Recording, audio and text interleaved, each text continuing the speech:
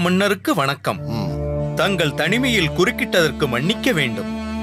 ஒரு முக்கியமான விஷயத்தை தங்களிடம் பேச வேண்டியிருந்ததால் தான் வந்தேன். பிரதானியாரே, நீங்கள் உங்கள் கடமையில் உறுதியாய் இருப்பீர்கள் என்பதிலும் பல அரச காரியங்களை சரியான நேரத்தில் நினைவுபடுத்தி அதை செயல்படுத்தியதும் நீங்கள்தான் என்பதிலும் எனக்கு எந்தவித சந்தேகமும் கிடையாது. அதனால்தான் எப்போது வேண்டுமானாலும் என்னை வந்து சந்திக்கலாம் என்ற உரிமையை தங்களுக்கு தந்திருக்கிறேன். சொல்லுங்கள், என்ன சொல்ல வந்தீர்கள்? தலைநகரிலிருந்து தாங்கள் இந்த பகுதிக்கு வந்து சில நாட்கள் ஓடிவிட்டன. ஏற்கனவே தீர்மானித்திருந்தபடி பார்த்தால் இந்நேரம் தாங்கள் தலைநகரில் இருந்திருக்க வேண்டும். பல அரசு பணிகள் தாங்கள் இல்லாமல் நிறுத்தப்பட்டிருக்கிறது. தாங்கள் சொல்வது உண்மைதான். ஆனால் என்ன செய்வது? நான் நினைத்ததற்கு மாறாக ஏதேதோ நடந்து கொண்டிருக்கிறது. தாங்கள் எதனால் இப்படி சொல்கிறீர்கள் என்பது எனக்கு புரிகிறது மன்னவா. சிற்றரசர்களுக்கு சில ஊர்களை பிரித்து கொடுக்க நினைத்தீர்கள். அதை தலைநகரிலிருந்து செய்தால் சில பிரச்சனைகள் ஏற்படும் என்பதால் சில சிற்றரசர்களை இங்கு வரவழைத்து அந்த ஊர்களை தர தீர்மானித்தீர்கள். அதற்காகவே மாமன்னரான தாங்கள் எந்த அறிவிப்பும் ஆர்ப்பாட்டமும் இன்றி இங்கு வந்தீர்கள். சிற்றரசர்களும் வந்து விட்டார்கள்.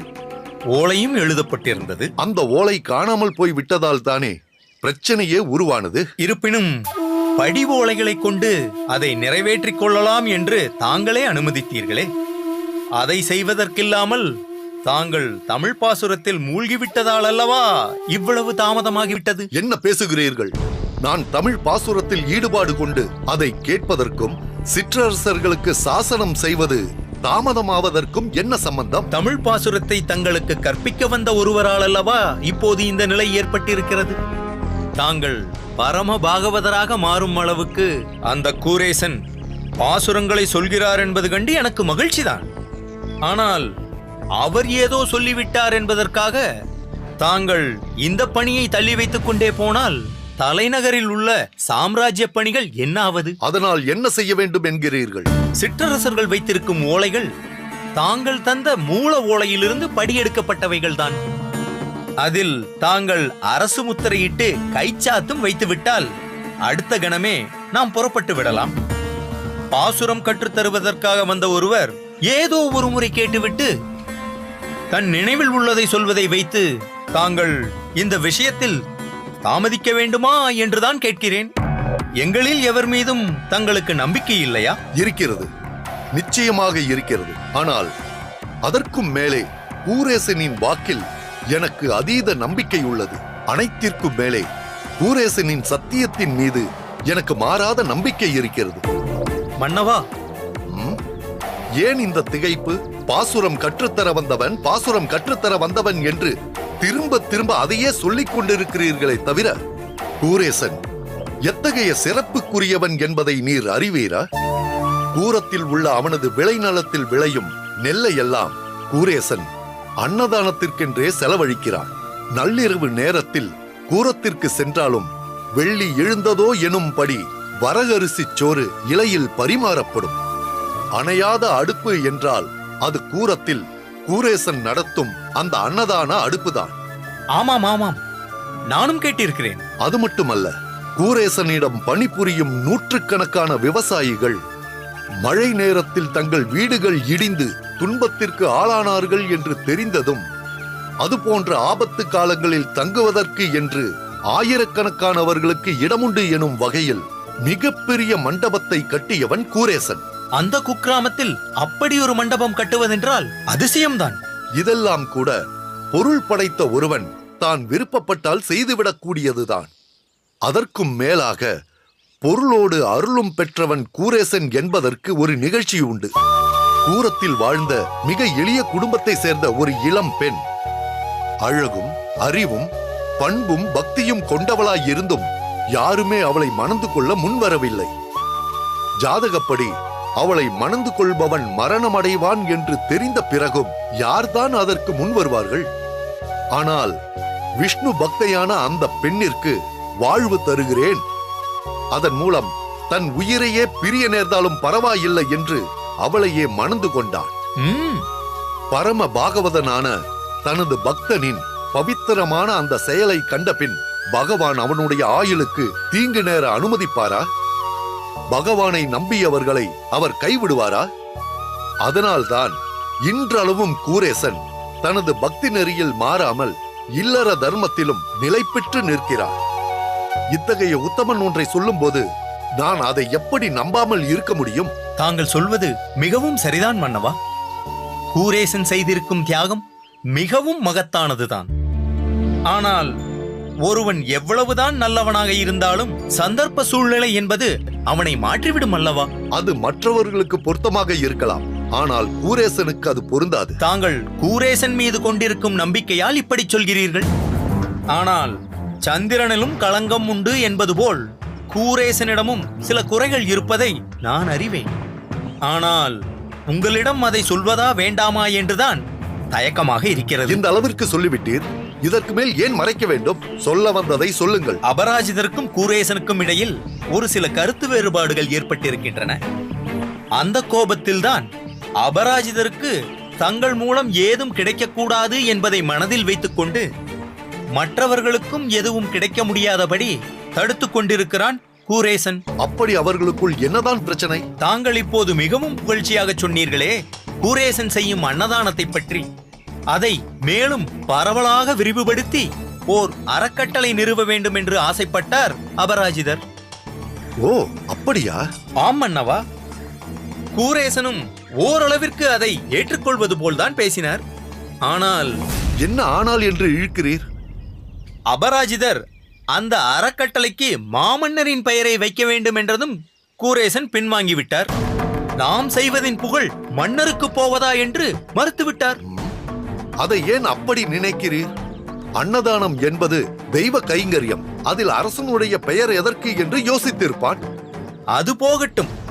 அபராஜிதர் நானும் அந்த அன்னதான பணியில் பங்கு கொள்கிறேனே என்று சொன்னாரே, அதையாவது ஏற்றுக்கொண்டிருக்கலாம் அல்லவா?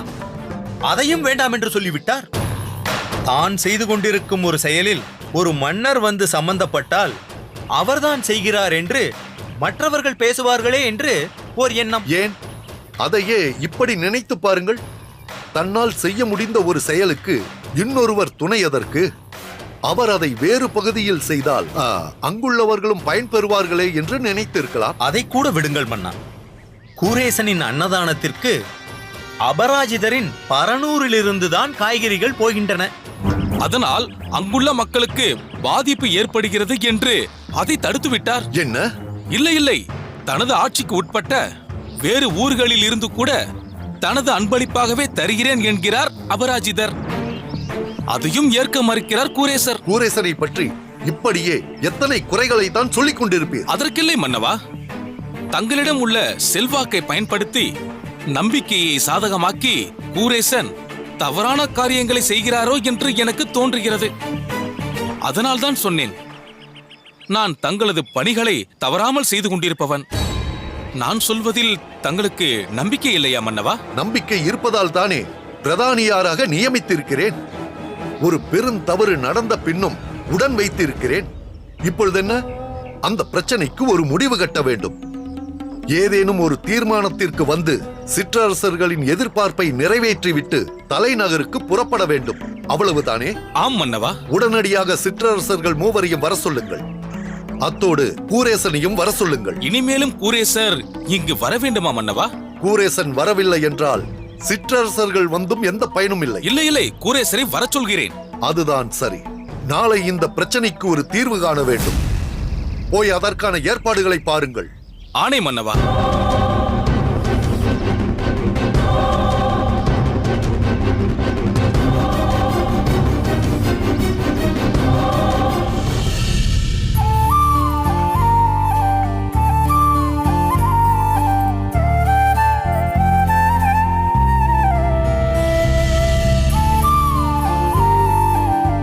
ஆண்டாள்,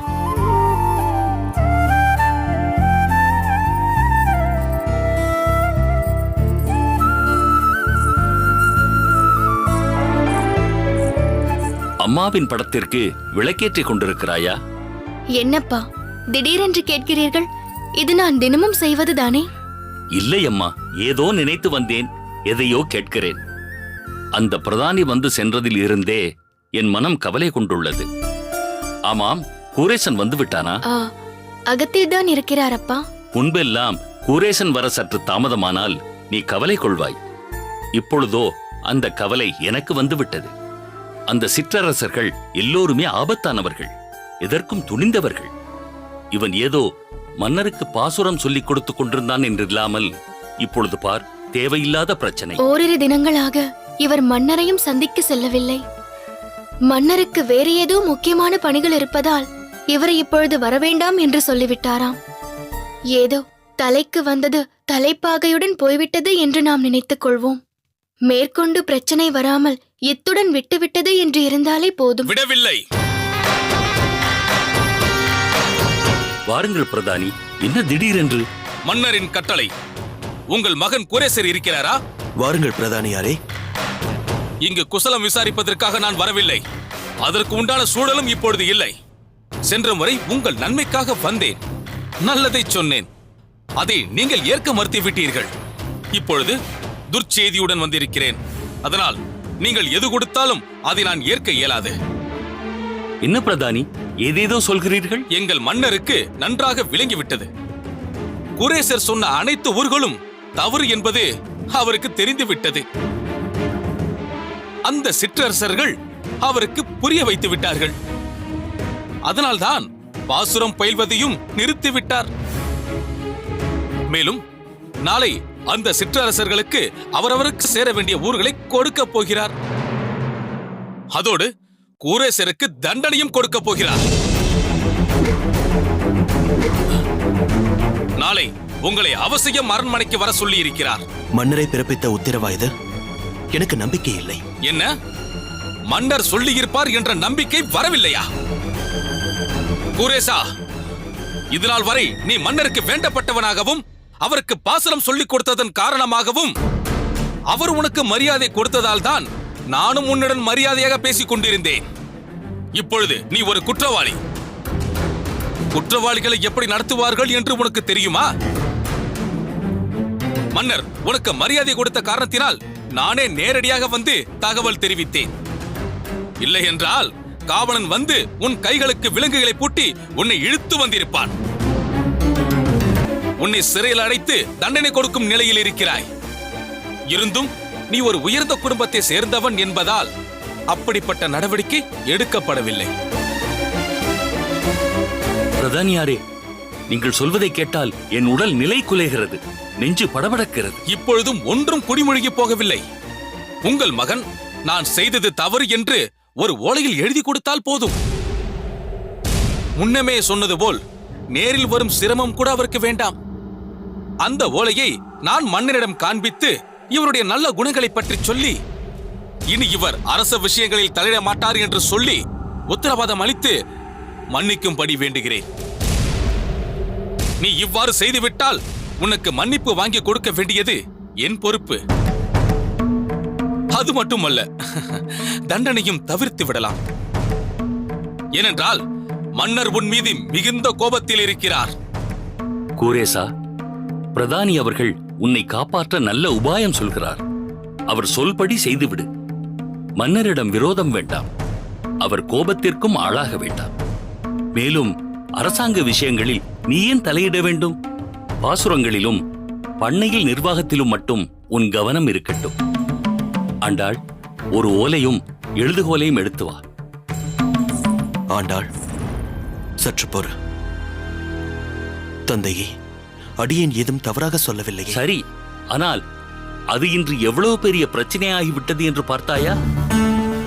உன்னை கைது செய்யும் அளவிற்கு சென்று விட்டது. வேண்டாம் இந்த பகை, விரோதமெல்லாம். பிரதானி சொல்படி செய்து விடுவோம். எனக்கு உன் நலன்தானப்பா முக்கியம். அது அடியேனுக்கும் விளங்குகிறது. ஆனால் ஒரு விஷயம் பிரதானியாரே, பாசுரம் என்பது வெறும் பாடல் என்று நினைத்து விட்டீர்களா? ஏதோ பொருள் நயம்பட ராகத்தில் அதை பாடுவதுடன் முடிவதல்ல பாசுரம். அழகான சொற்கோர்வை மட்டுமல்ல பாசுரம். அந்த பாசுரங்களை பாடும் பொழுதும் போதிக்கும் பொழுதும் அந்த வரிகளின் வார்த்தைகளின் பொருளையும் முழுமையாக உள்வாங்கிக் கொண்டு மனதில் ஆழமாக பதிய வைத்துக் கொள்கிறோம். அந்த பாசுரங்கள் முழுவதும் பகவான் தான் வியாபித்துள்ளார் என்பதை அறிந்து கொண்டும் தெரிந்து கொண்டும் புரிந்து கொண்டும் பக்தியுடன் உணர்ந்து கொள்கிறோம். அவருக்கு செய்யும் சேவையே உன்னதமானதென்றும் அவர் ஒருவர்தான் நம்மை ரட்சிக்க முடியும் என்ற நம்பிக்கையுடன் அந்த பாசுரங்களை சொல்கிறோம். மன்னருக்கும் அந்த விதத்தில்தான் அடியேன் சொன்னேன். அதை அவர் எப்படி எடுத்துக்கொண்டார் என்பது தெரியவில்லை. இந்த பாசுரம் சொல்லிக் கொடுத்ததன் மூலம் ஒரு நட்பு ஏற்பட்டு அந்த நட்பின் மூலம் அடியேன் ஒரு உண்மையை சொல்ல, அந்த உண்மை அடியேனுக்கு தண்டனை பெற்றுத்தரும் என்றால் அந்த தண்டனையை அடியேன் எந்தவித தயக்கமும் இல்லாமல் ஏற்றுக்கொள்கிறேன். அடியேன் நல்லவன் என்று யாருக்கும் நிரூபிக்க வேண்டிய கட்டாயம் இல்லை. அப்படி என்றால் உன்னை காப்பாற்றுவது இயலாது. பகவானை தவிர வேறு யாரும் அடியேனை மட்டுமல்ல, உங்களையும் காப்பாற்ற முடியாது. மன்னரை காப்பாற்ற வேண்டும் என்று பெருமாள் நினைத்தால் அவர் உண்மையை உணர்ந்து கொள்வார். இல்லை என்றால் மன்னரையும் காப்பாற்ற இயலாது. ஓ, அப்படி என்றால் மன்னரையே காப்பாற்ற முடியாது என்று சவால் விடுகிறாயா? சரி, நாளை காவலாளிகள் வருவார்கள், உன்னை இழுத்துச் செல்வார்கள். அதற்கு அவசியம் இல்லை. அடியேன் நாளையே மன்னரை சந்திக்கிறேன். அவர் கொடுக்கும் தண்டனையை ஏற்றுக்கொள்கிறேன். நீங்கள் புறப்படலாம். சரி, உனக்கு ஒரு கடைசி சந்தர்ப்பம் கொடுத்து உன்னை காப்பாற்றலாம் என்று நினைத்தேன். விதி யாரை விட்டது? நாளை முதல் உனக்கு சிறைவாசம்தான். என்ன குரேசா, என்னவெல்லாமோ சொல்லிவிட்டாய்? சுவாமி, ஆரம்பத்தில் நானும் நீங்கள் செய்தது சரி என்றுதான் நினைத்தேன். ஆனால் இப்பொழுதோ நிலைமை வேறு மாதிரி இருக்கிறது. இந்த விரோதம் எங்கு போய் முடிய போகிறதோ என்று மிகவும் கவலையாக இருக்கிறது. எங்கும் போய் முடியாது. வாழ்க்கையில் நாம் சந்திக்காத பிரச்சனைகளா, இன்னல்களா, துன்பங்களா, அவற்றையெல்லாம் கடக்க வைத்த ஆதிகேசவன் இதிலிருந்தும் நம்மை காப்பாற்றுவார். கவலை வேண்டாம்.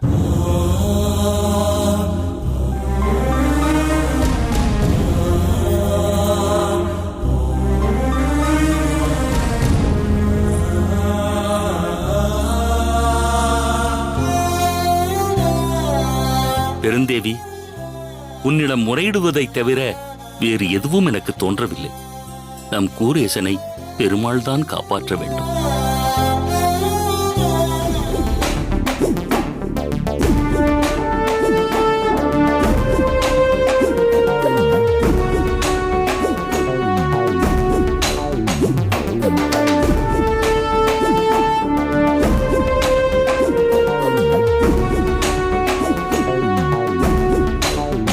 சிற்றரசர்களே, அமைச்சர்களே, பிரதானியாரே, இன்று நமது அவையில் நான் மன்னனாக பொறுப்பேற்ற காலம் முதல் இன்று வரை இல்லாத விசித்திரமான பிரச்சனை ஒன்று ஏற்பட்டிருக்கிறது.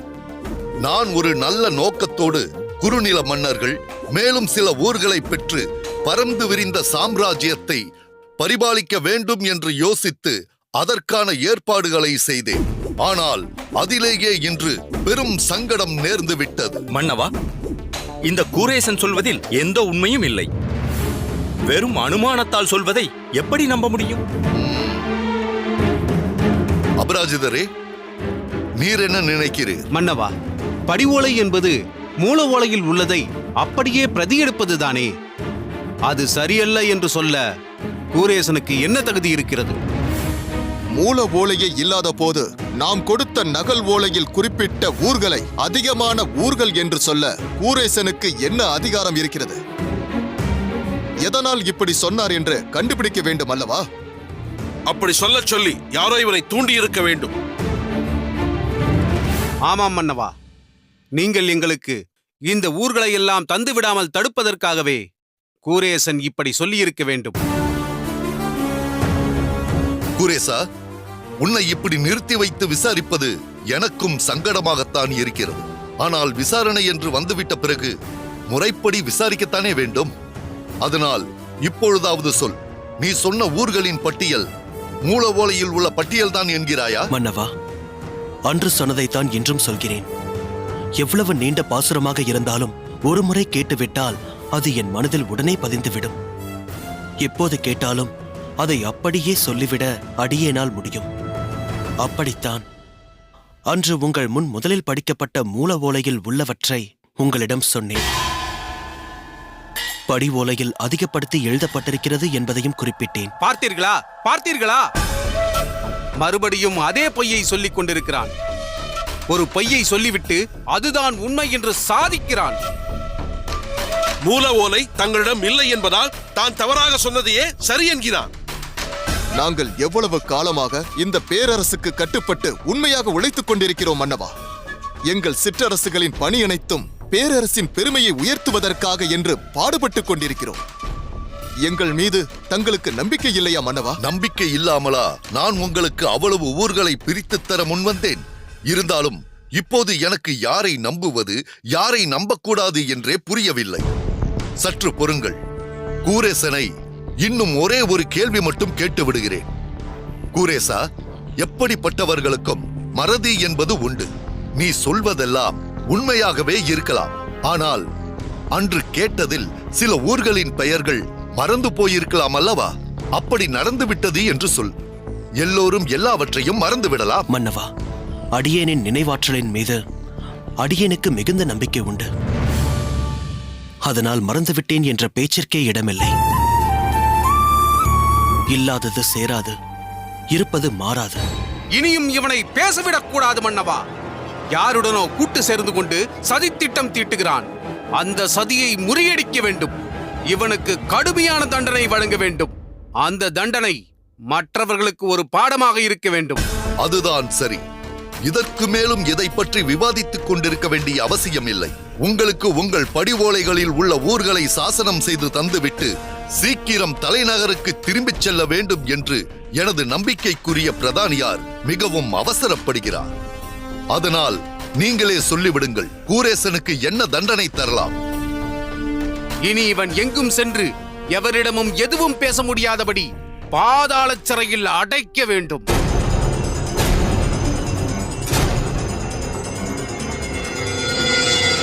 எங்களுக்கு எதிராக பேசிய கூரேசன் நாவை அறுக்க வேண்டும். கூரேசனை சிரச்சேதம் செய்ய வேண்டும்.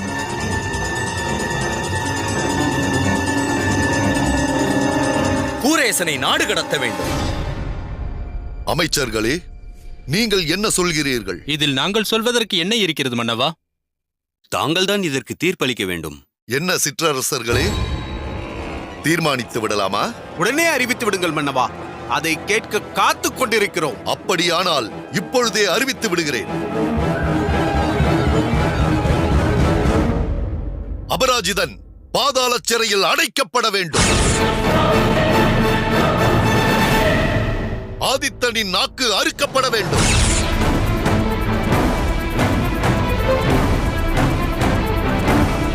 வல்லபனின் சிரம் வெட்டப்பட வேண்டும். பிரதானி நாடு கடத்தப்பட வேண்டும். மன்னவா, தாங்கள் ஏன் இப்படி கூறுகிறீர்கள் என்று புரியவில்லை. நானும் தலைமை பிரதானி தாண்டவராயரும் சேர்ந்து தயாரித்த ஓலை, பிரதானி தொலைந்து விட்டதாக சொன்ன அந்த ஓலை, மூல ஓலை கிடைத்து விட்டது. அது என்னிடம்தான் இருக்கிறது.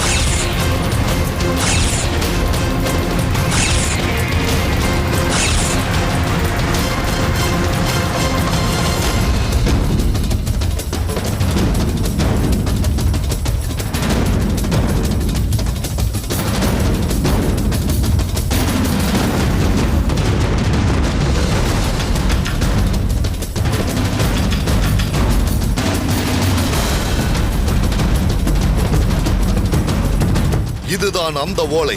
மன்னவா, இது எப்படி மூல ஓலையாக இருக்க முடியும்? அதுதான் தொலைந்து போய்விட்டதே. ஏதோ ஒரு ஓலையை யாரோ மூல ஓலை என்று கொண்டு வந்து தந்திருக்கிறார்கள். அதை நம்ப வேண்டாம் மன்னவா. ஓ, இப்போது உங்களுக்கு இது மூல ஓலைதானா என்று சந்தேகம் வந்துவிட்டதா? அமைச்சர்களே, நீங்களே இதை பாருங்கள்.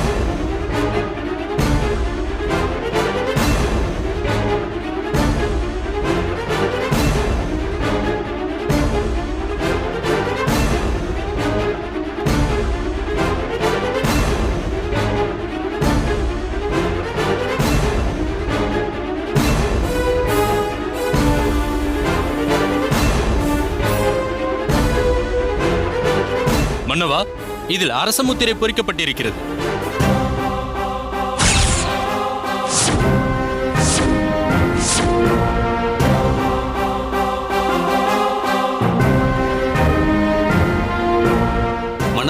இது மூல ஓலைதான் என்பதில் எந்த சந்தேகமும் இல்லை. அந்த ஓலையை பிரதானியிடம் கொடுங்கள். உத்தரவு மன்னவா.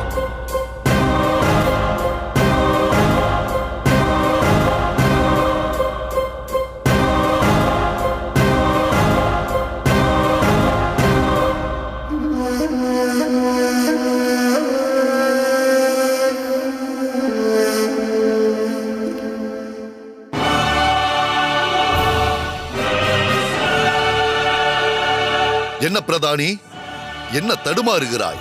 இன்னமும் இது மூல ஓலை அல்ல என்று சாதிக்கப் போகிறாயா? இல்லை மன்னவா, இல்லை. இது மூல ஓலைதான். ஆனால் இது எப்படி தங்களிடம் வந்ததென்றுதான் தெரியவில்லை. ஏன்? உன்னிடம் வந்திருந்தால் ஒரே அடியாக எரித்திருக்கலாமே என்று யோசிக்கிறாயா? மன்னவா, பிறகென்ன? இந்த சிற்றரசர்களுக்கு சாதகமாக சில ஊர்களை சேர்த்து கொடுக்க கையூட்டு பெற்றுக்கொண்டு மூல ஓலை காணவில்லை என்றாய்.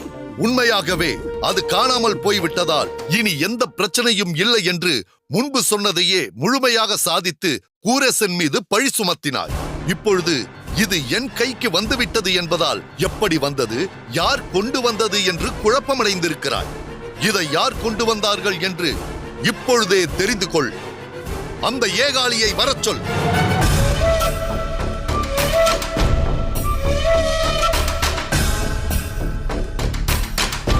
கும்பிடுற மகாராஜா.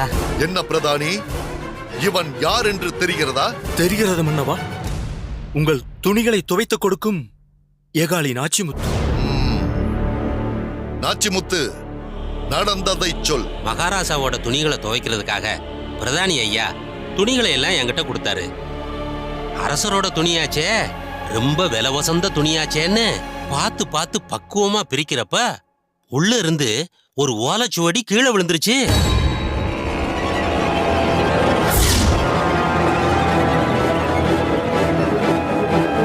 அப்ப என் கூட இருந்தவங்க 2 பேரும் இது ஏதாவது முக்கியமான அரசாங்க ஓலையா இருக்கும், நீ உடனே போய் யாரு உங்ககிட்ட இந்த துணியை கொடுத்தாங்களோ அவங்க கிட்டயே போய் கொடுத்துருன்னு சொன்னாங்க. அப்படி வந்த நீ அதை ஏன் பிரதானியிடம் தராமல் என்னை தேடி வந்தாய்?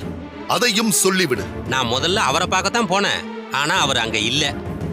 அங்க வேலை பார்க்கறவங்க கிட்ட கேட்டப்போ பிரதானி ஐயா இப்பெல்லாம் மகாராஜாவை பார்க்க கூட போறதில்ல, அவர் 3 சிற்றரசரை தான் பார்க்க போறாருன்னு சொன்னாங்க. அதனாலதான் நான் நேர மகாராஜாவையே பார்த்து அந்த ஓலையை உங்ககிட்ட கொடுத்துட்டேன். நான் செஞ்சது சரிதான மகாராஜா? மிகவும் சரியான காரியம்.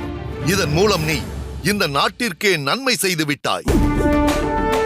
மிகப்பெரிய சூழ்ச்சி நடந்திருப்பதை நான் அறிந்து கொள்ளும் வாய்ப்பை ஏற்படுத்தியுள்ளாய். அதற்காகத்தான் எனது பரிசாக உனக்கு பொற்காசுகளை அள்ளிக் கொடுத்தேன். நீ போகலாம். சரிங்க மகாராஜா, வரேன்.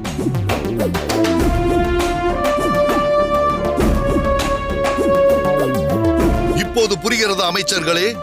எல்லோருமாக சேர்ந்து கொண்டு என்னை ஏமாற்ற திட்டமிட்டு இருக்கிறார்கள். சிற்றரசர்களுக்கு நான் தந்த ஊர்கள் போதாதென்று இன்னும் இருப்பவைகளையும் தங்களுக்கு சொந்தமாக்கிக் கொள்ள சூழ்ச்சி செய்திருக்கிறார்கள். அதற்கு இந்த பிரதானியும் துணை போயிருக்கிறான். இந்த ஓலை நேற்றே என்னிடம் வந்து சேர்ந்து விட்டது. அதனால் தான் இவர்களை எல்லாம் நான் இங்கு அழைத்தேன். இன்னும் இவர்கள் எவ்வளவு தூரம் போவார்கள் என்று பார்ப்பதற்காகவே என் குருவாக நான் மதிக்கும் கூரேசனையே குற்றவாளியாக நிறுத்தினேன். இவர்கள் தங்கள் குற்றத்தை மறைக்க கூரேசன் மீது பழி போட துணிந்தார்கள். ஆனால் கூரேசன் காலமெல்லாம் துதிக்கும் அந்த ஆதிகேசவ பெருமாள் அதை அனுமதிப்பாரா? ஏகாலி ஒருவன் மூலம் எல்லா உண்மைகளையும் வெளிப்படுத்தி விட்டார். கூரேசனையும் காப்பாற்றி விட்டார். கூரேசா, இங்கே வா.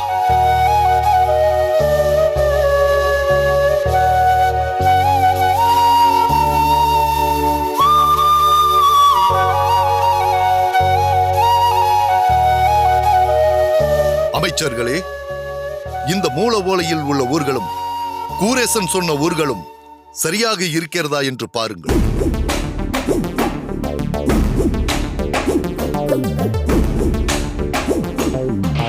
திருக்கச்சி நெறிக்காரைக்காடு, திருக்கச்சி வெற்றிடை, திருக்கட்சி மேற்றரி, திருக்கட்சி ஓனகாந்தன் தளி, திருக்கட்சி அநேகதங்கா, திருவலித்தாயம், திருமுல்லைவாயல், திருவேற்காடு, திருவொற்றியூர், திரு அட்டப்புயங்கம், திருத்தன்கா, திருப்பெருக்கை.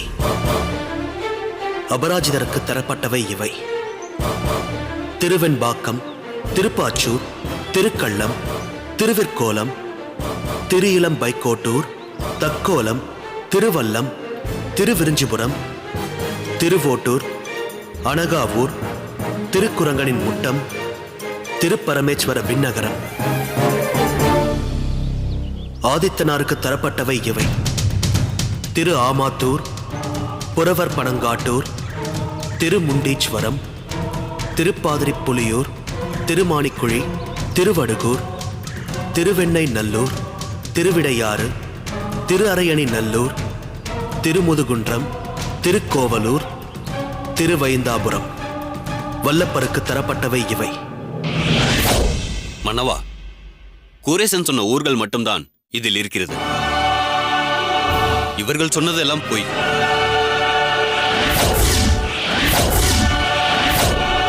கூரேசன் சொன்னதே உண்மை மன்னவா. அனைத்தும் அந்த ஆதிகேசவனின் அருள், ஆச்சாரியரின் அனுக்கிரகம். என்ன சிற்றரசர்களே, இப்பொழுது என்ன சொல்கிறீர்கள்? மன்னவா, எங்களை மன்னித்து விடுங்கள் மன்னவா. பேராசையால் தவறு செய்து விட்டோம். நாங்கள் ஒவ்வொருவரும் 4 ஊர்களை அதிகமாக எழுதி கொண்டு விட்டோம். நானாக அதை செய்யவில்லை மன்னவா. அபராஜிதர் தான் என்னை அப்படி எழுதி கொள்ள சொன்னார். ஆதித்தர் அப்படி செய்ததால் நானும் அப்படியே நடந்து கொண்டேன் மன்னவா. மன்னவா, 3 பேரும் என்னை தூண்டிவிட்டதால் தான் நான் அப்படி செய்ய வேண்டிய கட்டாயம் ஏற்பட்டு விட்டது. என்னை மன்னித்து விடுங்கள் மன்னவா. கூரேசா, நான் இவர்களுக்கு விதிக்கும் தண்டனையின் மூலம் உனக்கு இழைக்கப்பட்ட அவமானத்திற்கு பிராயச்சித்தம் செய்ய விரும்புகிறேன். அதை நீ மறுக்கக்கூடாது. மன்னவா, அது என்ன என்பதை நான் அறிந்து கொள்ளலாமா? சொல்கிறேன். இவர்கள் மூவருக்கும் நான் தருவதாக கூறியிருந்த ஊர்களை மட்டுமல்ல, இவர்கள் இப்பொழுது ஆண்டு கொண்டிருக்கும் பகுதிகளையும் பறித்து அனைத்தையும் உன்னிடம் தரப்போகிறேன்.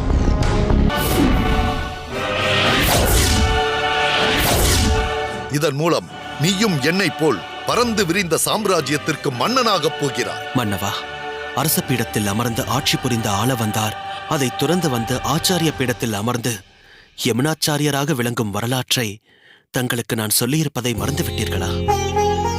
அவரை பின்பற்றும் அடியேன் மட்டும் எப்படி இதையெல்லாம் ஏற்றுக்கொள்வேன்? ஆட்சி முறை அறிந்தவர்கள் அரசாள வேண்டும். பாசுரம் பயின்றவன் பக்தி நெறியில் செல்ல வேண்டும். அரசராக இருந்தவர் அடியாராக மாறலாம். அடியாராக இருந்தவன் அரசனாக கூடாது. அதனால் இதையெல்லாம் ஏற்கும்படி என்னை வற்புறுத்தி தங்கள் பேச்சை மறுக்கும் சங்கடத்திற்கு என்னை ஆளாக்காதீர்கள். இல்லை இல்லை, உனக்கு விருப்பமில்லாத ஒன்றை நான் வற்புறுத்த மாட்டேன். ஆனால் இவர்கள் புரிந்த சூழ்ச்சிக்கு தண்டனை வழங்க வேண்டாமா? அவசியம் வழங்க வேண்டும். என்ன தண்டனை வழங்கலாம்? அதை நீயே தெரிவித்து விடு. இவர்கள் செய்த தவறை மன்னித்து இவர்களுக்கு தருவதாக சொன்ன ஊர்களை தந்து விடுங்கள்.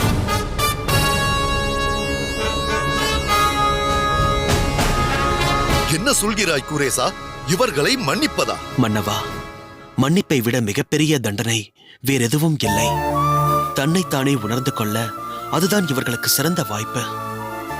ஏற்கனவே மூல உலையில் உள்ள ஊர்களை மட்டுமல்ல, இவர்களாக சேர்த்து கொண்ட ஊர்களையும் இவர்களுக்கே வழங்கிவிடுங்கள். அதையெல்லாம் பெற வேண்டும் என்பதற்காகத்தானே இதையெல்லாம் செய்தார்கள். அவற்றை நீங்களே தந்துவிட்டால் பிறகு அது குற்றமாகாதே. இதற்காகவா இவ்வளவு பெரிய தவறை செய்தோம் என்ற குற்ற உணர்ச்சியே இவர்களின் மனதை கொள்ளும். மீண்டும் அப்படி ஒரு தவறு செய்யாமல் தடுக்கும். அதனால் நீங்கள் இவர்களுக்கு தரக்கூடிய தண்டனை அந்த ஊர்கள் அனைத்தையும் இவர்களுக்கே தருவதுதான் மன்னவா. கூரேசா, என் மனதில் நீ மிகவும் உயர்ந்து விட்டாய். இன்னா செய்தாரை ஒருத்தல் அவர் நாண நன்னயம் செய்துவிடல் என்ற குரலுக்கு இதைவிட உதாரணம் வேறு எதுவும் இருக்க முடியாது. உன் விருப்பப்படியே செய்கிறேன். என்ன சிற்றரசர்களே, கூரேசனின் பெருமையை இப்பொழுதாவது புரிந்து கொண்டீர்களா? புரிந்து கொண்டோம் மன்னவா. நன்றாக புரிந்து கொண்டோம். கூரேசரே, நாங்கள் உங்களை மிகவும் இழிவாக பேசியிருக்கிறோம். இல்லாத குற்றச்சாட்டுகளை எல்லாம் சொல்லி பழி சுமத்தி இருக்கிறோம். எல்லாவற்றையும் மறந்து எங்களுக்காக மன்னரிடம் வாதாடிய உங்களுக்கு முன்னால் நாங்கள் மிகவும் தாழ்ந்து விட்டோம். உங்களிடம் மன்னிப்பு கேட்க கூட எங்களுக்கு தகுதி இல்லை. இருப்பினும் ஒன்றை மட்டும் உறுதியாக சொல்கிறேன். பரம பாகவதரான உங்களால் பெற்ற எங்கள் ஊர்களில் பகவத் நாமம் ஒலிக்கச் செய்வோம். பக்தி நெறி தழைக்கச் செய்வோம். இது உறுதி, இது உறுதி. இது போதும், எனக்கு இது போதும். சென்று வாருங்கள். வருகிறோம் மன்னவா.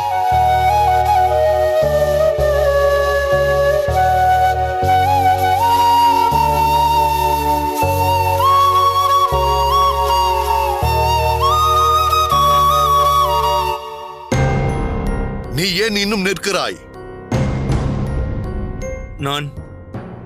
நான் உனக்கு மன்னிப்பே கிடையாது.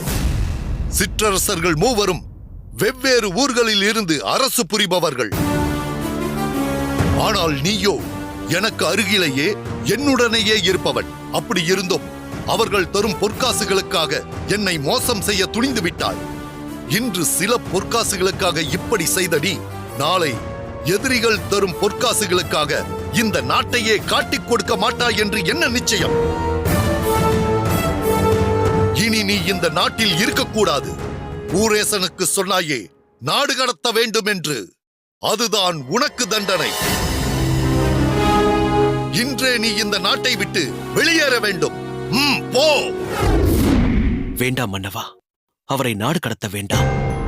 இருப்பினும் அவர் செய்த தண்டனைக்கு குறைந்தபட்ச தண்டனையாவது கொடுக்க வேண்டும்.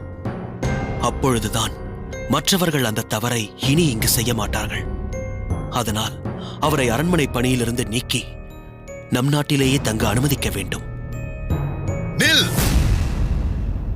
சிற்றரசர்களுக்காக நாட்டையே விற்க துணிந்தது எதனால்? ஆதரவளித்த மன்னனையே ஏமாற்ற துணிந்தது எதனால்? உண்ட வீட்டிற்கு துரோகம் செய்யும் நஞ்சு உன் நெஞ்சத்தில் கலந்தது எதனால்? பொற்காசுகளுக்காகத்தானே?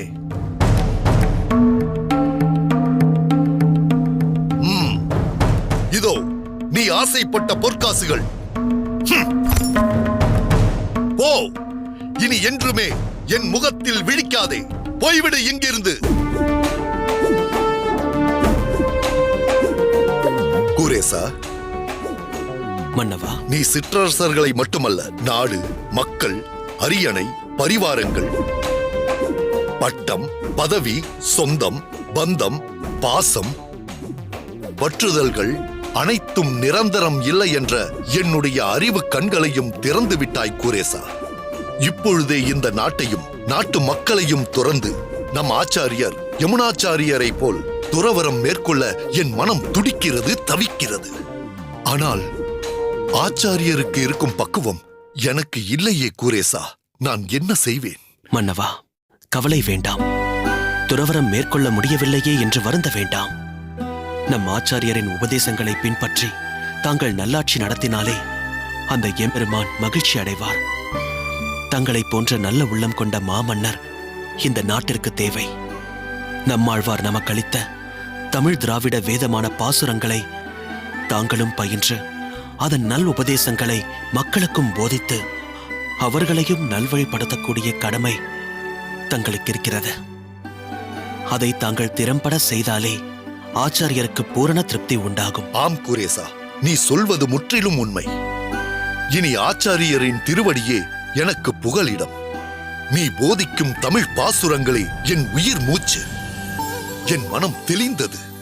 என்னுடைய கடமை என்னவென்று அறிந்து கொண்டேன். மக்கள் பக்தியோடும் அமைதியுடனும் பூரண திருப்தியோடும் இருக்க வேண்டும். இதுவே என் தலையாய கடமை. இதை எமக்கு உணர்த்தியதற்கு மிக்க நன்றி கூரேசா, மிக்க நன்றி.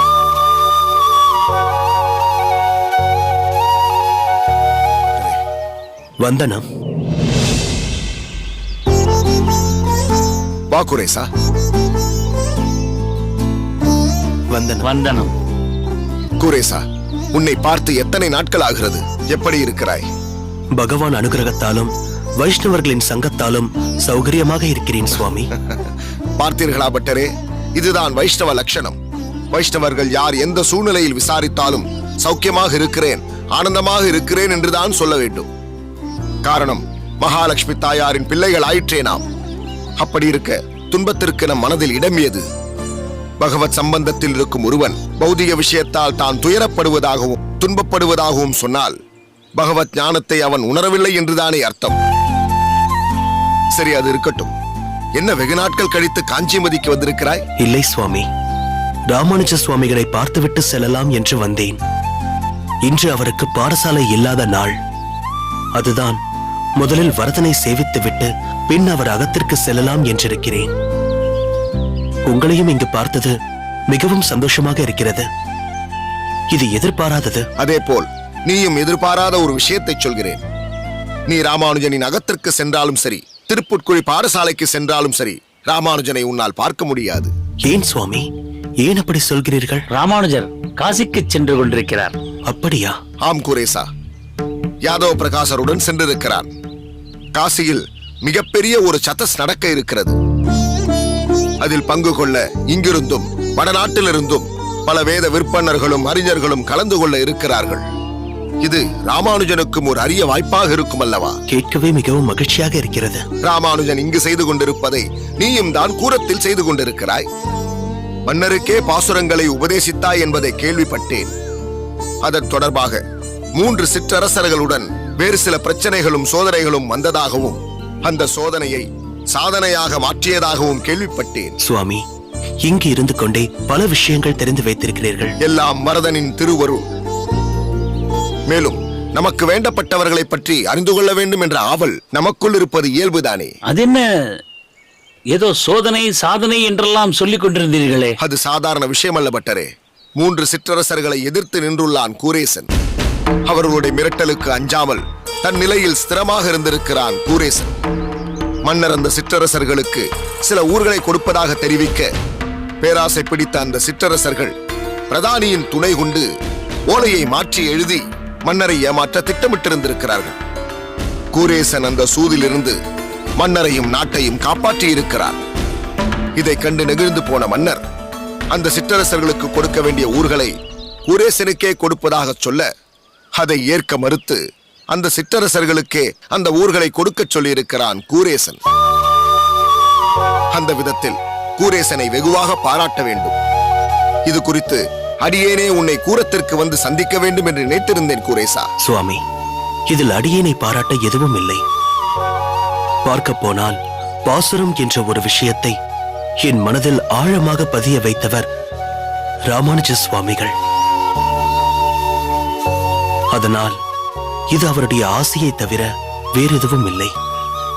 எப்படியாவது அவருக்கு அடியேன் ஏதாவது சேவை செய்ய வேண்டும், ஏதாவது ஒரு விதத்தில் உதவ வேண்டும் என்று அடியேன் முயற்சித்துக் கொண்டிருக்கிறேன். அதற்கு உங்களை போன்ற உன்னதமான வைஷ்ணவர்களின் ஆசையும் தேவை. குரேசா, அடியேனின் மனதில் தோன்றியதை சொல்கிறேன். எதிர்காலத்தில் ராமானுஜன் இந்த சமுதாயத்தையே மாற்றி அமைக்கப் போகிறார். அனைத்து தரப்பைச் சேர்ந்த மக்களையும் ஒன்று சேர்க்கும் விஷயத்தில் மாபெரும் சக்தியாகவும் வழிகாட்டியாகவும் விளங்கப் போகிறார். அதில் நிச்சயம் உனக்கும் பெரும் பங்கொன்று இருக்கும். நீயும் அவனுக்கு துணையாக இருப்பாய். நீயும் அவனும் சேர்ந்து இந்த சமுதாயத்திற்காக, வைணவ சம்பிரதாயத்திற்காக பல காரியங்களை செய்ய போகிறீர்கள். இதை அடியேனால் உறுதியாக சொல்ல முடியும். சுவாமி, நீங்கள் கூறுவது மனதிற்கு மிகவும் சந்தோஷமாகவும் இருக்கிறது, தெம்பையும் அளிக்கிறது.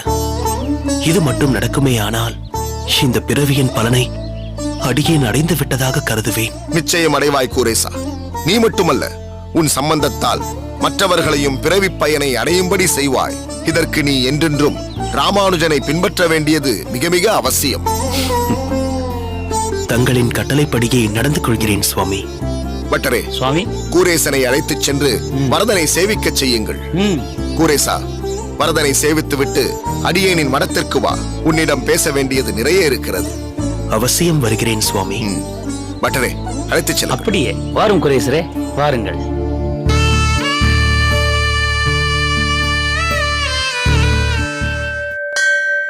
சர்வதேவ நமஸ்காரः கேசவம் பிரதிகட்சதி சர்வம் கிருஷ்ணார்ப்பணம்.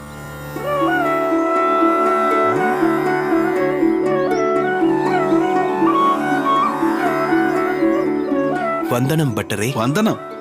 என்ன ஆச்சரியமாக இருக்கிறதே, அடியேன் காண்பது நிஜம்தானா? இதில் ஆச்சரியத்திற்கு என்ன இருக்கிறது குரேசா? அதே கோவில், அதே ஆதிகேசவ பெருமாள். வாஸ்தவம்தான். ஆனால் பட்டர் சுவாமிகளை வெகு நாட்கள் கழித்து இங்கு காண்கிறேன். அந்த ஆச்சரியத்தை தான் சொன்னேன். ஓ, அதை கேட்கிறாயா? பக்கத்தில் திருமால்புரத்தில் தான் இருந்தேன். சில மாதங்கள் அங்கு கைங்கரியம் செய்ய அழைத்திருந்தார்கள். மிகவும் வேண்டப்பட்டவர்கள் அழைத்திருந்ததால் அங்கு சென்றிருந்தேன். இருப்பினும் நம் ஆதிகேசவனை பிரிந்து அதிக நாட்கள் இருக்க முடியவில்லை. உடனே புறப்பட்டு யதாஸ்தானத்திற்கு வந்துவிட்டேன். மிக்க சந்தோஷம். எப்படியோ ஆதிகேசவன் தங்களை மீண்டும் தன் இடத்திற்கே வரவழைத்து விட்டான். சென்ற முறை திருக்கட்சி நம்பிகள் நம் சன்னதிக்கு வந்திருந்த போது வாஞ்சையோடு தங்களை பற்றி விசாரித்துவிட்டு சென்றார். ஓஹோ, அப்படியா? அது சரி குரேசா, உன்னால் மட்டும் எப்படி இப்படியெல்லாம் இருக்க முடிகிறது? சுவாமி, தாங்கள் எதை பற்றி கூறுகிறீர்கள்? இல்லை, தனி மனித சாதனையிலும் சரி, பல செயற்கரிய செயல்களை செய்து முடித்த போதும் சரி, அகங்காரம் என்பதன் சிறு சுவடு கூட உன்னிடம் தென்படுவதில்லையே, அதைத்தான் கேட்டேன். அடியேனுக்கென்று ஒரு தனி பெருமை கிடையாது. எல்லாம் அடியனின் ஆசான் ராமானுஜருக்கே உரித்தானது. அவரிடத்தில் இல்லாத வினயமா அடியனிடத்தில் இருக்கப் போகிறது? அவருடைய திருநோக்கம் அடியேன் மீது விழுந்திருப்பதால் இந்த நாருக்கும் அப்பூவின் வாசம் சற்று கிட்டியிருக்கக்கூடும். அவ்வளவே. வினயத்திற்கும் அவரே அடியேனின் ஆசான். பார்த்தாயா, வினயம் என்னும் தன்னடக்கம் உன்னிடம் மீண்டும் பிரதிபலிக்கிறது. உன் ராமானுஜனும் சரி, நீயும் சரி, இருவருமே ஒரே மாலையில் கோர்க்கப்பட்ட இரு வாசமிகு மலர்கள்.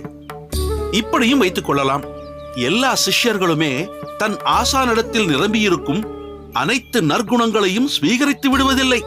அதிலும் உள்ளது உள்ளபடி தன்னடக்கத்தை கைக்கொள்பவர்கள் அரிதிலும் அரிது.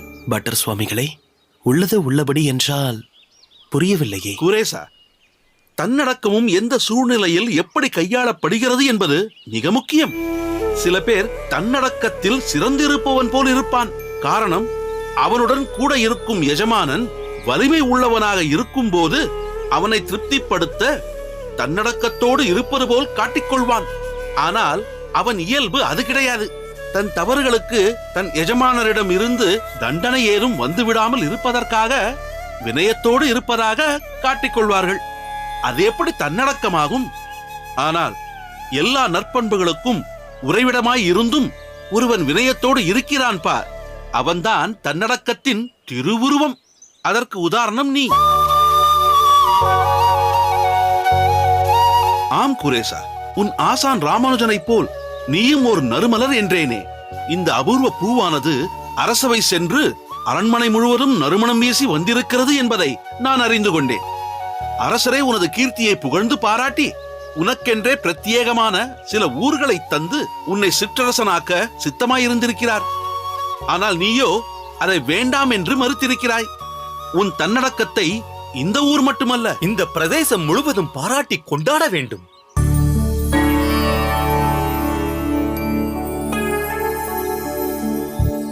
தங்கள் இருவருக்கும் இந்த சிறியேனின் சிரம்தாழ்ந்த வந்தனங்கள். வந்தனம். கூரேசரே, இந்த கடைப்பட்ட பதரை தாங்கள்தான் மன்னிக்க வேண்டும். அன்று அரசவையில் எல்லோர் முன்னிலையிலுமே தங்கள் பாதம் பணிந்திருக்க வேண்டும். இந்த முட்டாள் அதை செய்யவில்லை. காலம் கடந்தாலும் இந்த பாதகனின் செயலை மன்னித்தருள வேண்டும். மன்னியுங்கள். என்ன காரியம் செய்தீர்கள்? கோயில் சன்னிதானத்தில், அதுவும் இந்த சாதாரணமானவன் கால்களில் தாங்கள் விழலாமா? எப்படி பார்த்தாலும் இது முறையாகாது. குரேசா, யார் இவர்? ஏன் இவர் இப்படி நடந்து கொள்கிறார்? சுவாமி, அடியேன் அரசவைக்கு சென்றிருந்தேன் அல்லவா? அந்த அரண்மனையின் பிரதானி இவர். இல்லை, பிரதானி என்று சொல்ல வேண்டாம், பாவி என்று சொல்லுங்கள். இந்த நாட்டை ஆளும் மன்னருக்கே துரோகம் செய்த படுபாவி என்று சொன்னால் மிகவும் பொருத்தமாக இருக்கும். மனவருத்தம் கொள்ள வேண்டாம் பிரதானியாரே. சில சந்தர்ப்ப சூழ்நிலைகள் நம்மை தவறு செய்ய வைத்து விடுகிறது. பிறகு தெய்வ சங்கல்பத்தால் அது தடுத்தாட்கொள்ளப்படுகிறது. சில சமயங்களில் தண்டனையிலும் முடிந்து விடுகிறது. இல்லை சுவாமி, அந்த தண்டனை எல்லாம் இந்த பாவிக்கு போதாது. அரசர் அன்று அறிவித்தது போல் இந்த அடியேனை நாடு கடத்தித்தான் சென்றிருக்க வேண்டும். தங்களுடைய பெருங்கருணை, நான் இப்பாவி இன்னும் இத்தேசத்தில் நடமாடும்படி இருக்கிறேன். ஆனால் மன்னரின் உத்தரவுப்படி என்னை நாடு கடத்தி இருந்தால் அது எனக்கு மட்டும் தண்டனையாய் இருந்திருக்காது, என் குடும்பம் முழுவதற்கும் ஒரு தண்டனையாய் இருந்திருக்கும். சற்று முன்னர் தாங்கள் தெரிவித்தீர்களே, சிலரை திருப்திப்படுத்துவதற்காக தன்னடக்கத்தோடு இருப்பார்கள் என்று. அதன் மொத்த உருவமாக நான் இருந்திருக்கிறேன். ஆனால் இதோ இந்த கூரேசரை போன்ற உத்தமரை தரிசித்ததன் பலனாக தன்னடக்கம் என்பதன் அர்த்தத்தை பூரணமாக உணர்ந்து விட்டேன். இனி வாழ்ந்தால் எப்படி வாழ வேண்டும் என்பதை புரிந்து கொண்டு விட்டேன். தங்களின் மனமாற்றம் அடியேனை பெரிதும் கவர்கிறது. சரி, தாங்கள் தங்கள் வாழ்வாதாரத்திற்காக என்ன பணியை மேற்கொள்ள இருக்கிறீர்கள்? தெரியவில்லை. என்னிடமிருந்த பதவி, அதனால் வந்த அகங்காரம், பெற்ற செல்வம் அனைத்தும் போய்விட்டது. வாழ்க்கையின் யதார்த்தம் என்ன, சுகபோகங்களின் நிலை என்ன, பேராசையின் விபரீதம் என்ன என்பதையெல்லாம் அந்த ஆதிகேசவன் தகுந்த தண்டனை மூலம் எனக்கு உணர்த்தி விட்டான்.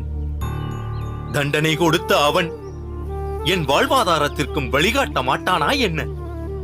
அவனிட்ட வழக்காக அந்த ஆதிகேசவனையே சரணடைந்து விட்டேன். நான் புறப்படுகிறேன். தாங்கள் என்னை மன்னித்தால் அதுவே போதும். இனி ஆதிகேசவன் இட்ட வழி. சற்று பொறுங்கள். தாங்கள் இந்த ஆதிகேசவனை பரிபூரணமாக நம்பி சரணடைந்து விட்டீர்கள் அல்லவா? ஆம் சுவாமி, உளப்பூர்வமாக சொல்கிறேன், சரணடைந்து விட்டேன். அந்த எம்பெருமான் நிச்சயம் தங்களுக்கு ஓர் நல்வழி காட்டுவான் என்று திடமாக எண்ணுகிறீர்கள் அல்லவா? சத்தியமாக நம்புகிறேன். அப்படி என்றால் நான் சொல்வதை கேளுங்கள். அந்த ஆதிகேசவன் இன்றே தங்களுக்கு ஓர் வழியை காட்டிவிட்டான் என்று கொள்ளுங்கள். நாளையே இந்த கூரேசனின் பண்ணையில் பணிக்கு சேர்ந்து விடுங்கள். சுவாமி, தாங்கள் என்ன சொல்கிறீர்கள்? அது தகாது. ஆத்மார்த்தமாகத்தான் சொல்கிறேன். எங்கள் பண்ணையில் வேலைக்கு சேர்ந்து விடுங்கள். மிகவும் பிரயத்தனப்பட்டு பல பரீட்சைகள் செய்து ஒரு நல்லவனை தேடி வேலையில் அமர்த்துவதை காட்டிலும் உண்மையாய் தன் தவறுக்கு வருந்தி பிராயச்சித்தம் தேட நினைப்பவரை நம்பகமாகவே எண்ணி வேலையில் அமர்த்துவது தகுந்த செயல்தான். அடியேனால் தங்களின் பதவி பறிபோனது. பிறகு அது அடியேனாலேயே ஒரு வேலையில் தாங்கள் சேர்ந்ததாக இருக்கட்டும். நாளையே பண்ணை வந்து விடுங்கள். மன்னர் அளவிற்கு அடியேனால் தங்களுக்கு ஊதியத் தொகை அளிக்க முடியாவிட்டாலும் ஏதோ தங்களுடைய ஜீவனோபாயத்திற்கு வழி செய்யவே தங்களை இங்கு பணி செய்ய அழைக்கிறேன். சுவாமி, வியப்பாலும் வெட்கத்தாலும் அடியேனுக்கு பேச்சு வர மறுக்கிறது. பரோபகாரத்தாலும் உயர்வான சிந்தனையாலும் தாங்கள் எட்டாத உயரத்தில் இருக்கிறீர்கள். இருப்பினும் அற்ப புழுவான அடியேனையும் தங்களின் கருணை வள்ளல் தன்மையால் கண்கொண்டு பார்க்கிறீர்கள். அதற்கு மதிப்பளிப்பது மிகவும் அவசியம். அடியேன் நிச்சயமாக நாளைக்கே தங்கள் பண்ணையில் சேர்ந்து விடுகிறேன். எனப்பா, உனது பெயர்? இந்த பாவியின் பெயர் பூபதி. பொருத்தமில்லாத பெயர். அப்பா பூபதி, மறுபடி அப்படி சொல்லாதே. என்று நீ கூரேசனோடு இணங்கி அவருடன் வந்து விட்டாயோ அப்போதே நீ புனிதமடைந்து விட்டாய். இனி உன் விசுவாசத்தாலும் பயன் கருதா உழைப்பாலும் கூரேசனுக்கு நற்பெயர் ஏற்படும்படி நீ வாழ வேண்டும். அதுதான் முக்கியம். நிச்சயமாக செய்வேன் சுவாமி. அடியேனுக்கு புதுவாழ்வு தந்த செம்மல் இவர். எனவே என்றும் விசுவாசத்தோடு இருப்பேன். மனபாரத்தோடு வந்த எனக்கு இப்போது நிம்மதி நிரம்பி வழிகிறது. உத்தரவு வாங்கிக் கொள்கிறேன். போய் வருகிறேன் சுவாமி.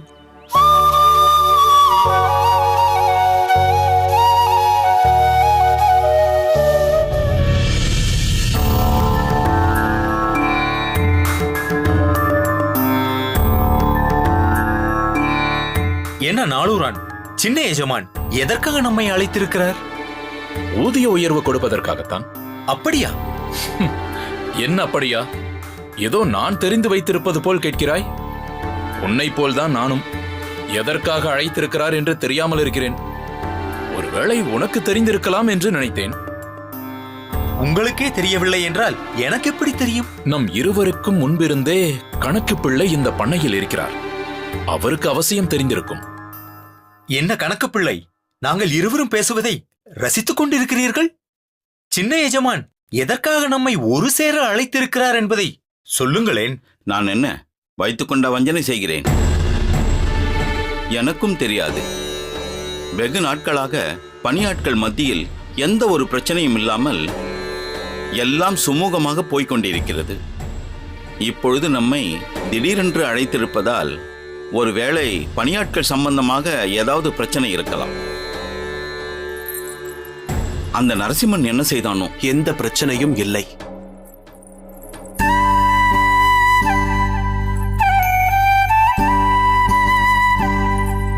ஏன் தேவையில்லாமல் நரசிம்மனை இதில் இழுக்கிறீர்கள் கணக்கு பிள்ளை? மன்னிக்க வேண்டும். வழக்கமாக அவன்தான் ஏதாவது பிரச்சனை செய்வான். அப்படியெல்லாம் ஒன்றுமில்லை. எல்லாம் நல்ல விஷயம்தான். அடியேனின் பணியாட்கள் அடியேன் மீது மிகுந்த அன்பு செலுத்துபவர்கள் என்பது எல்லோருக்குமே தெரியும். இப்படி ஒற்றுமையாக இருக்கும் பணியாட்களுக்கு மத்தியில் சில வருடங்களுக்கு முன் நாளூரானும் வந்து சேர்ந்தது மேலும் வரவேற்கத்தக்கதாக இருந்தது. இப்பொழுது பூபதி வந்தது கூடுதல் பலத்தை ஏற்படுத்தியுள்ளது. இப்படி ஒரு நல்ல அமைப்பு ஏற்பட்டுள்ளதால் அடியேன் ஒரு முடிவெடுத்துள்ளேன். அதை தெரிந்து கொள்ள ஆவலாக இருக்கிறோம் எஜமானரே. அடியேன் எடுத்துள்ள இந்த முடிவிற்கு நீங்கள் எல்லோரும் அடிபணிவீர்கள் என்று நம்புகிறேன். நீங்கள் எந்த முடிவு எடுத்தாலும் அதை கட்டளையாக ஏற்று நடக்க நாங்கள் காத்திருக்கிறோம். அது என்ன முடிவென்று சொல்லுங்களேன். அடியேன் இந்த பண்ணை பொறுப்புகளில் இருந்து விலகலாம் என்றிருக்கிறேன்.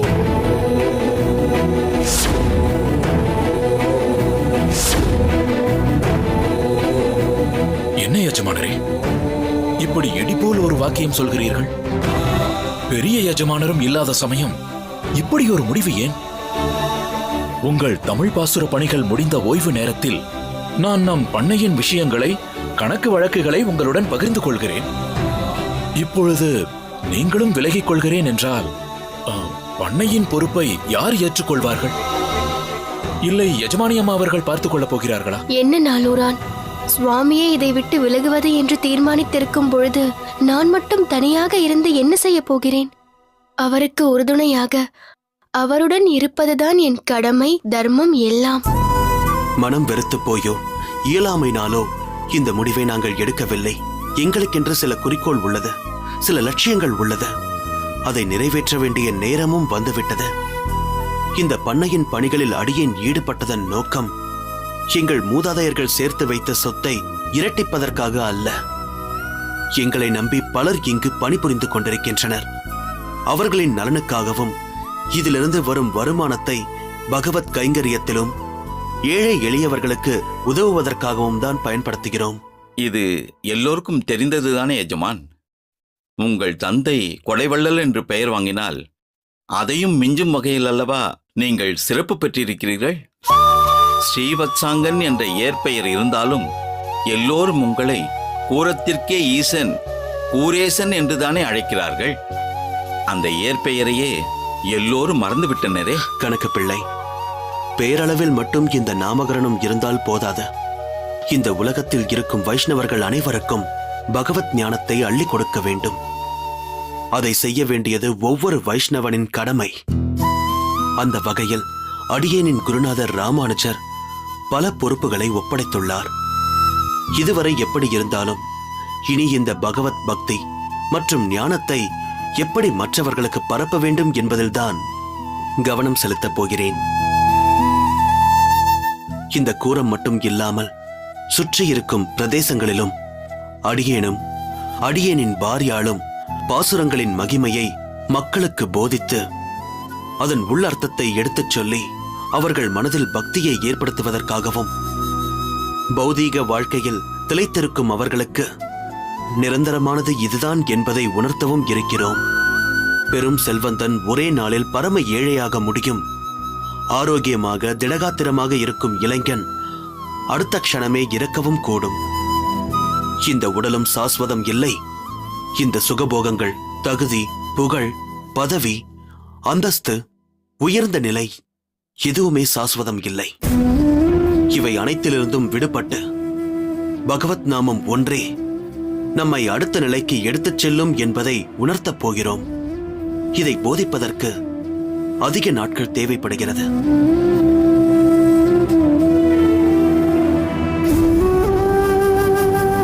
அதனால் உங்கள் பொறுப்பை 3 விதமாக பிரித்திருக்கிறேன். பிரசாத சேவையை கணக்கு பிள்ளையும், பண்ணையின் பராமரிப்பை நாளூரானும்,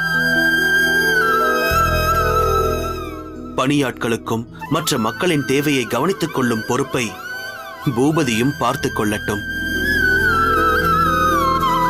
இதில் அடியேனின் மாமனார் ஆண்டாளின் தந்தை உங்களுக்கு உறுதுணையாக இருப்பார். அடியேன் எல்லாவற்றையும் ஆராய்ந்து விட்டுதான் இந்த முடிவை எடுத்துள்ளேன். அதற்காக கூரத்தை விட்டே செல்லப் போகிறேன் என்பதில்லை. அவ்வப்பொழுது இங்கு வந்து சென்று கொண்டுதான் இருப்பேன். இடையில் பண்ணையை பராமரிப்பதற்கான ஒரு குறிப்பிட்ட தொகையை பூபதியிடம் கொடுத்துவிட்டு செல்கிறேன்.